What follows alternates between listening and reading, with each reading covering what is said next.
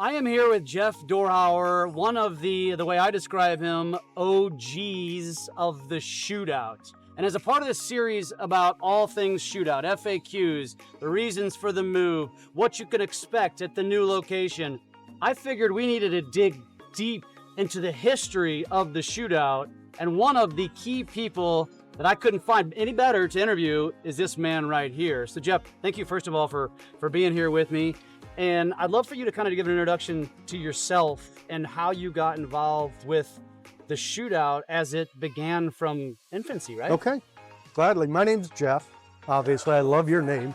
I'll never forget it. I'm a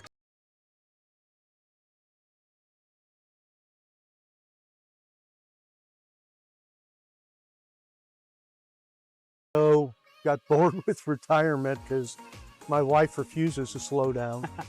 And, you know, I went back to work. I worked for a child advocacy center called Kids Harbor. Awesome. But as far as getting involved with the shootout, the story goes, and it's a true story, there was a group of boaters in 7 Mile Cove, $1 Million Cove, that would argue on weekends on whose boat was faster. So you had people like Carmen Natoli, who owned Shooters 21, Fran Steingruby, and others. And I hesitate to mention names because you're always going to forget someone. Sure. That decided to put on an event, run what you brung, to see who had the fastest boat, a bragging rights event. One of their goals, though, was safety. And that's where fire department and my involvement started, was with the rescue crews on the lake. So let's digress that for a second. You said the 7 mile mark, Millionaire's Cove, what year was this? Mid to late 1980s. 1989 was the first race. Okay, and so that predates a lot of these like million and billion dollar coves now that are even further down. Oh, exactly. You know,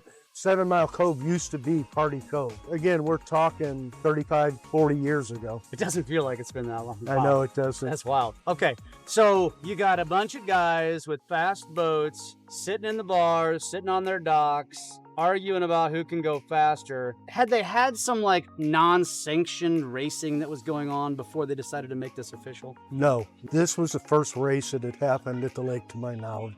Okay. There may have been some smaller sanctioned stuff, but I'm not aware of those. And it's now the largest unsanctioned race in the United States. In the world. Probably. And so these guys were obviously very responsible, which is ironic because, as you probably know, the lake has a bad rap for irresponsibility. But this was very responsible move on their part to say, we want to race, but our first priority is safety. It's safety. And I can guarantee you the chief and the police chiefs and the sheriff would not have gotten involved if that wasn't the top priority.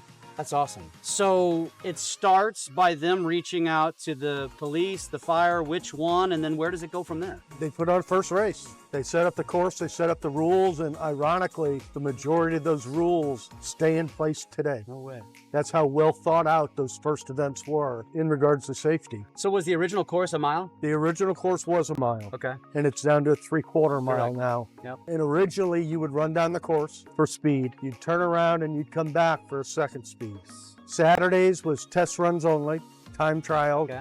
And Sunday was what counted as far as speed. Wow, and counted for the bragging right. That's wild. And it still is. Yeah.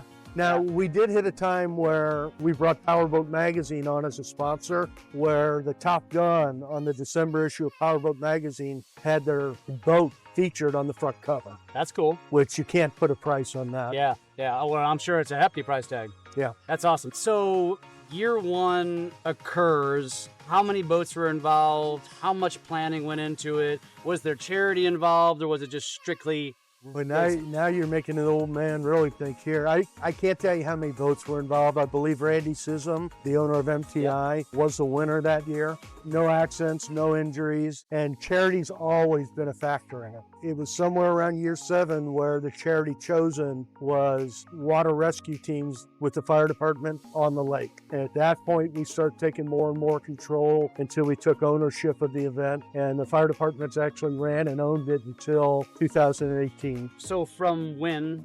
Early to mid-90s. All the way in till then? When we sent it to Captain Ron. And that was what year again? 2018. 2018 is went to Ron's? Mm-hmm. Really? No, wait. See, I get my dates. Earlier I than told that. you, Yeah, it was earlier than that. Yeah, Because it was at Ron's for about 12 or 13. 2008. Eight. Okay, Eight. you just added a 1. I had the 8 You right. had the 1, yeah. Okay, that makes sense. The fire department ran. I don't know a lot of people know that. Probably don't, but the ones who do probably think we still run it. You still hear people say, well, you guys have the shootout, don't you? The issue became when shooters closed. Obviously, we had to move it. The first year it was held, our fire department ran 300 calls that year, maybe. And the last year, we were running over 2,000 calls. When I was CEO of the shootout,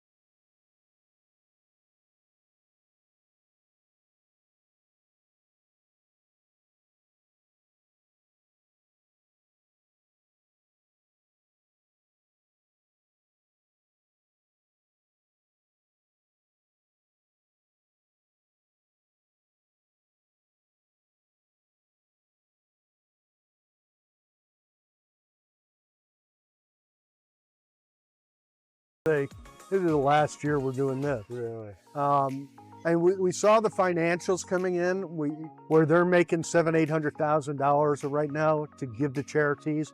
We were making $80,000. Bringing Budweiser on help, bringing Powerboat on help, but we didn't have the knowledge to run an event to the way it turned into. Yeah. We were simple firemen, okay? We put the wet stuff on the red stuff, and that's what we did. We weren't event promoters. So Shooters 21 closing, in a way, for this event was a game changer because it put it into people who run businesses, who know how to promote, who know how to get more sponsors than we were able to, and had the time to do it. And it turned into what you see today. So let's backtrack again. For those of you that aren't familiar with the shootout as it was pre-Captain Ron's days, the 21-mile marker, which is where Shooters 21 was, now it's a neighborhood. Yes. You were racing out on the main channel. We were racing on the main channel. In the early years, there was no wake zone. Oh, gosh. And even when we finally shut it down because shooters moved and we gave it to Captain Ron's, the no wake zone went from this corner you see behind this camera view to about a mile past Shooters 21. So we would get rollers through there all the time when people would hit this 3 corners here and come off plane, it would just send rollers down the course. I gotta believe that, I mean, obviously, I guess boats weren't racing as fast as they are today. Right.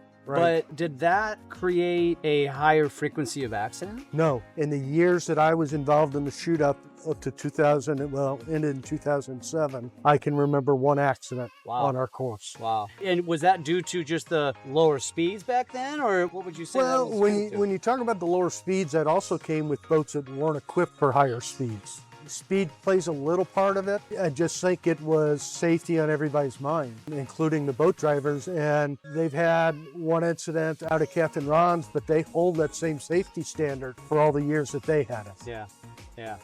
And obviously it's gotten to the point now where a great number of boats that are now exceeding 200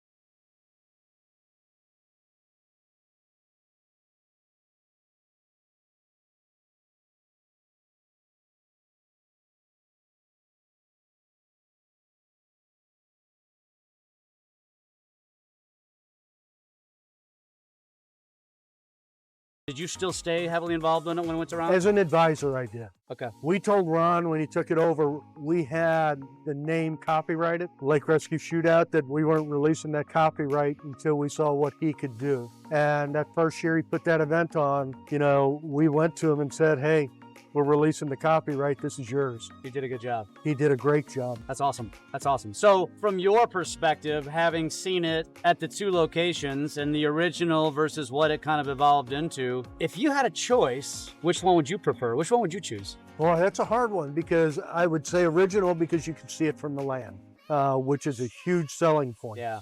But the technology they brought over to Captain Ron's with the TVs and in the area for booth space and the beaches and, you know, being able to swim, you really couldn't swim at Shooters.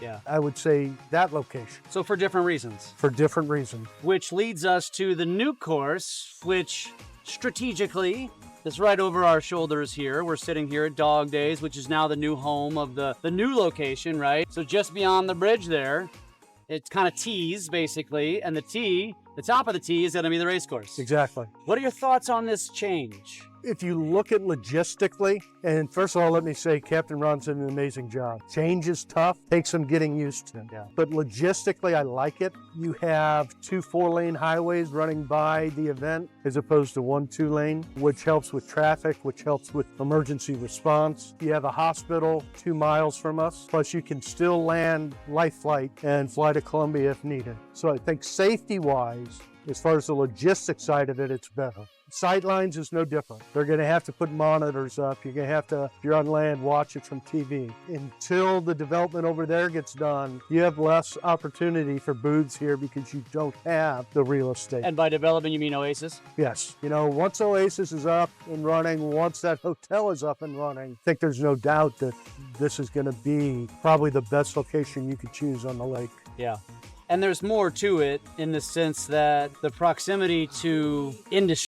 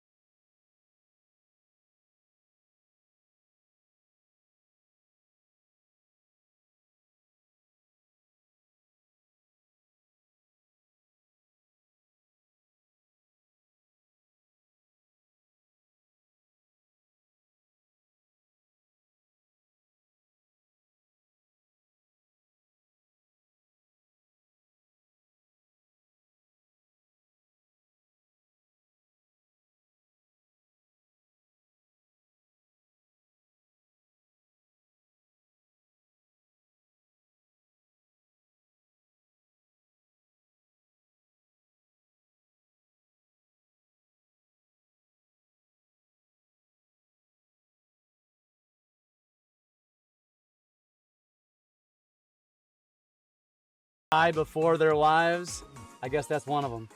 We do stupid stuff like that. Exactly. And I've lost some good friends to boat racing. Yeah. I mean, there's been several because some of the racers here also race in the offshore circuit. They do. Correct? They do. If you go down to Key West for the Nationals, you'll swear as you walk by people you're in Lake of the Ozarks. Not only the racers, but the people that are watching it. It's like Osage Beach, Lake Ozarks, Sunrise Beach, all moved down for That's that really cool. week. That's really Key cool. West. Which to me, as a Midwesterner, I still believe it's massively underrated. The races? Yeah. I don't disagree. To the masses. Maybe to the not masses. to the powerboat world, but to the masses. But when I look back to 1989 to where it is today, it takes my breath away how big it's become. We had Ken Warby here from Australia, who set the world record for the fastest boat on water. Obviously, a boat's on water. We had a team from Puerto Rico come one year. We've had Canadians here. Norway. Norway. Yeah. The amount of teams that come out of California is astounding. Yeah. And that's a haul. Every year that I talk to people who are here for the first time, you're right, they never realized this lake was here, that it had the restaurants and establishments on the water, that it had the number of power boats that you see. They had never heard of this before that. Oh, wow. So the shootout has done a lot to bring this area and put it on a map. I would agree. I call it the best week of the year. And that was from the guy before I got involved as just a fan.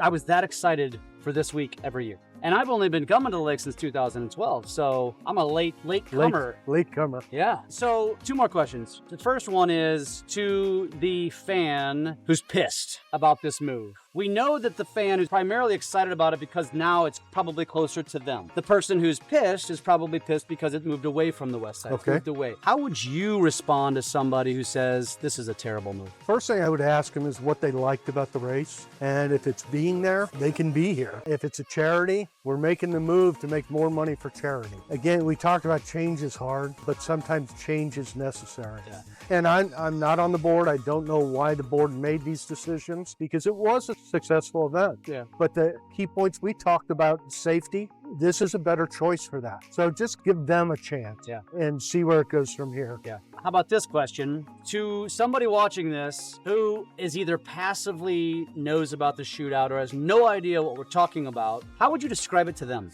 Wow. Adrenaline on the water for everyone, whether you're a spectator, whether you're a racer, or whether you're working the event. It's just high feeling. It's great spirits. It's thrilling. It's scary. It's just an event like no other. Yeah. And beyond the boat racing, even if you're not into boat racing, it's just a very awesome day on the water. It is. It's kind of like a Party Cove setting, but not that. Not that. But more boats probably than a Party Cove. Yeah, it's not raunchy part of Party Cove, and we all know that's there. It's boat enthusiasts. Yeah. And many of them go out there not so much to watch the boat on the course, but just to hang out with other boating enthusiasts. Yeah. But if you're not a race fan, I'd encourage you to go down to the strip on Wednesday night for the lineup party. Yeah. Out of all this now, that's become my favorite event. Same. I just love going down to see this $1 million hardware on display where you can get up and close with it. Yeah, and if you don't know what we're talking about, it's a modified trailer. It's a trailer that displays it. So it's not just sitting there flat, it's tilted up, and you've got the drivers, the owners, everybody's accessible to talk to you. It has become an amazing event. When you talk about, I'll call them celebrities because to me they are, they're the most down-to-earth person. Yeah. If you want to sit there and talk about the motors they put it in, why they put it in, and what's the horsepower, and they'll sit there all night with you and talk about that. Yeah. They're just into boating the same as you're into boating. I love it. I love it. And so we've got an exciting year this year. At the time of this recording, it's a little before August, right around the corner. There's going to be a lot going on. It's over a week long's worth of events. Starts the weekend before with the mini shootout, and there's literally almost something going on every day that week. I think there's one day where there's not something going on. And so if you had this on your bucket list, and it's a passive bucket list, the two Jeffs would encourage you to raise it up on your bucket list and not only come down for the weekend of racing, but get down here the Wednesday before because you won't regret it. Exactly. I'll put this out there. It's family friendly. Yeah. You'll not pay a dime to do anything in these events unless you register to race something. Yeah. So you can bring the family out here. It's a cheap day out. It's thrilling. It's fun. So enjoy it as a family. It's going to be fun, Jeff. It's a pleasure and an honor to interview you, to talk to you, to get to learn about the history that I don't know much about. So I'm going to continue to do these interviews with a few individuals just like Jeff,